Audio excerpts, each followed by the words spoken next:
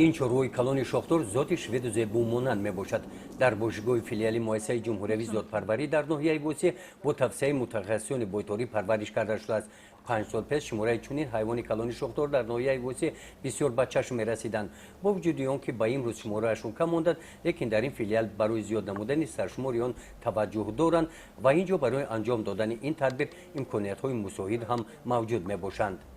هر روز یک تا دو تا مراجعه میکنند. ما رفته در وقتش کاراشون اجرا میکنیم.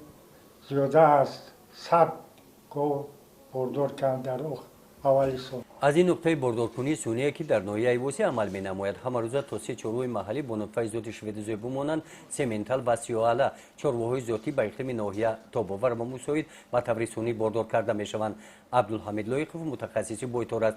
او میگوید که نسل چروهایی که آنها طریق بردارکنی سونی نائل شدند و با مسئولیت آنها در این ناحیه پرورش یافته است، در یک روز به قدری از 20 تا 30 لیتر شیر داده ایستادند. مقصد اساسی برای بردار کردن ذاتی اعلی صفت گرفتن بازارگذار باشه که در وقتی که میزویم مدرگاه 40 کیلو 50 کیلو گوهای وزن میزویم. شیر هم صفت شیر هم صفت شیر